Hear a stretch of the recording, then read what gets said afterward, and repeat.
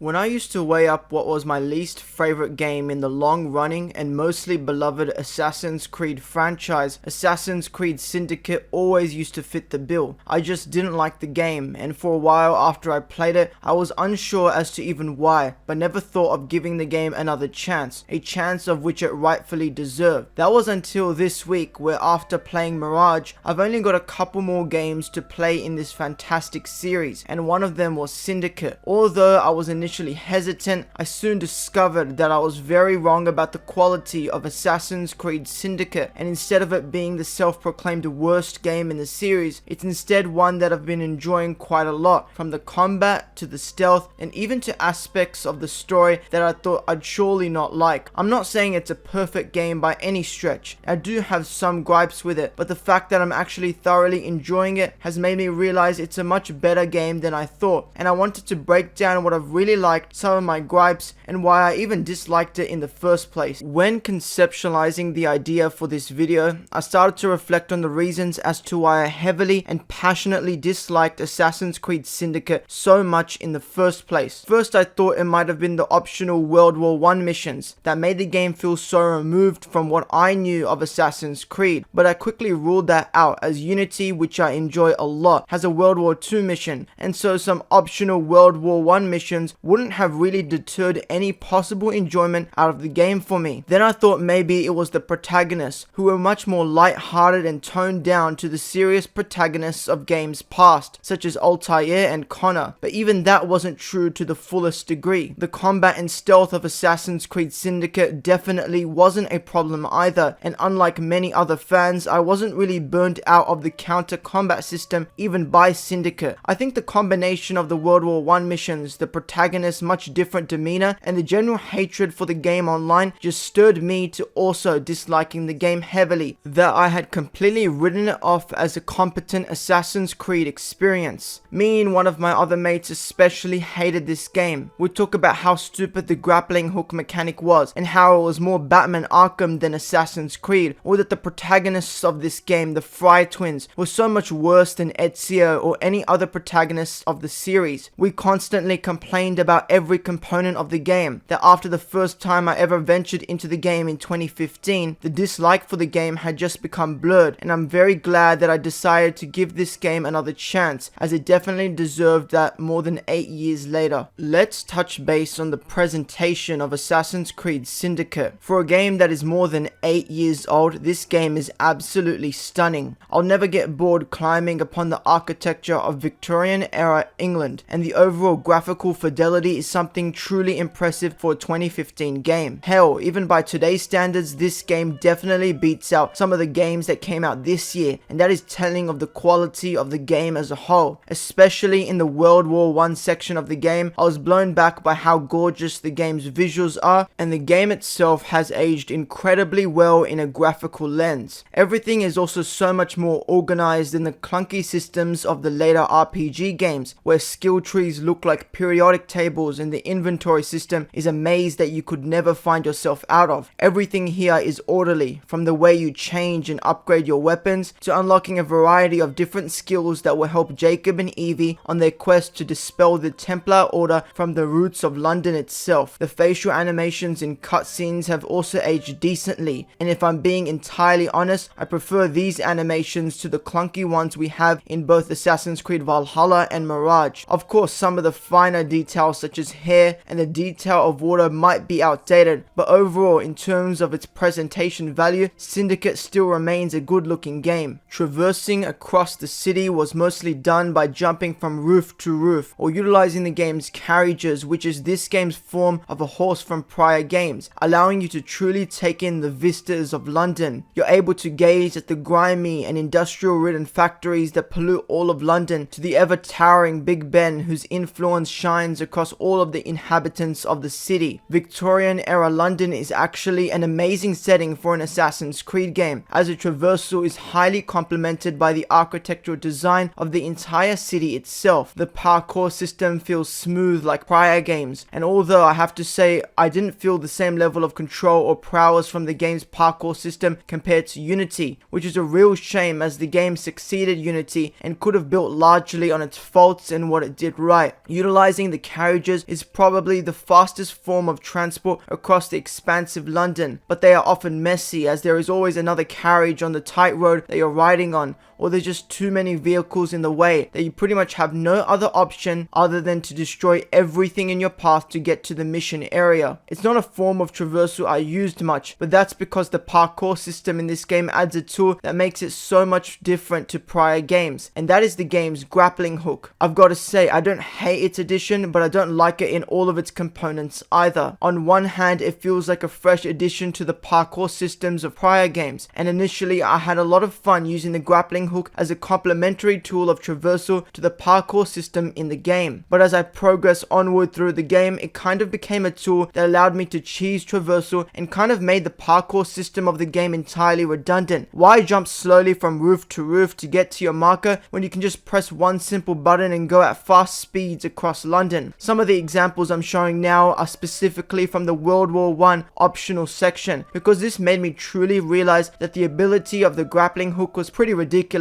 It took out a lot of the purpose of parkour, and I think if it was toned down a bit in how it was used, it would have been a much more purposeful addition to the game's traversal mechanics. Despite this, I can't lie and say I haven't enjoyed the traversal in this game a lot, especially with the grappling hook. Sometimes it just feels liberating to fly across the scapes of London using the grappling hook, and I've increasingly started to use parkour as well in order to ensure I'm using both systems in a way that complements each other. This has made the traversal even better, and out of all the Assassin's Creed games I've played, Syndicate definitely has a traversal system that is one of the most fun to mess around with in its open world. The combat of this game, like mentioned earlier, is the same counter system of combat that so many of us miss in the new Assassin's Creed games. The system has always been very simple, but with the addition of more and more different tools, the system becomes a little more complex, which lands it in a sweet spot of fun and subtle complexity. There's not much to say about the counter system other than saying it's pretty fun, and I still am somehow not bored of the counter combat system that is prevalent in the older AC games, despite playing almost every game that has this system. It's just enjoyable and simple, which makes it really easy to use, but in order to master it does take a bit of practice, which is just perfect for me. Although I will say some of the animations for combat in this game, which is half the prowess of the combat in these older AC games, become stale after a short period of time, and I don't think they were as glamorous as some of the other animations in prior games, of which I think can be attributed to the fact that the Fry twins are usually only equipped with small cane swords or even brass knuckles, making the kill animations in combat much less brutal and visually gratifying than prior games. Despite this, tools such as the gun, which is a mainstay in almost all Assassin's Creed games, in addition to throwing knives and new tools such as a bomb that emits electricity, in combining all of these tools with the combat system of the game, you'll see yourself having a lot of fun with the combat system in the game. The other part of the core gameplay is of course the stealth. This was never truly a problem for Syndicate, and its stealth components are just as good as the games that preceded it. Each target that you go for in the main story has various opportunities like usual linked to it, of which you can use in order to get a unique kill opportunity. If I'm being entirely honest, although I did make use of some of these opportunities and most of the time, other times I would find some of the dumbest ways to get to my target directly without needing any of the opportunities. Sometimes just shooting my target in the head and then running away, or doing the equivalent through a throwing knife. But from the opportunities I have utilized in the assassination missions of the game, they are quite fun to do, and I recommend you use them most of the time when playing through the game, but it never hurt anyone to just mess around and find your own disorganized way of taking out the main target. Of course, the aforementioned tools that you are provided makes the stealth very fun, and I've seen myself mostly sticking to stealth rather than brawling in the streets, because utilizing smoke bombs and throwing knives or even darts that makes enemies turn against one another can make up some pretty fun stealth opportunities, of which makes the game's stealth quite fun to engage with in all of its various aspects. Now to briefly discuss the story of the game. I'm not done with it quite yet. I have about a sequence left, and so by the time this video is released I have probably finished the game. The story is actually quite enjoyable. I wouldn't say that it has the pizzazz of prior games in terms of character development or crucial story moments, but I think that was kind of the purpose. The Fry twins are much different to prior protagonists in the series. They aren't stoic or quiet, but rather they can often be brash or messy in how they coordinate their plans. The story story is much more light-hearted than the games that came before, and that's okay. I've enjoyed my time with the game's story, and although I won't delve into it in full detail as other videos have done that in much greater detail and quality, I've got to say the protagonists are actually quite likable, and the arc of the game's villain Crawford is one that is enjoyable to go through and experience. It's not the best story the series has to offer, but it is definitely fun, and unraveling the secrets of London's Templar Order was a journey that was most enjoyable.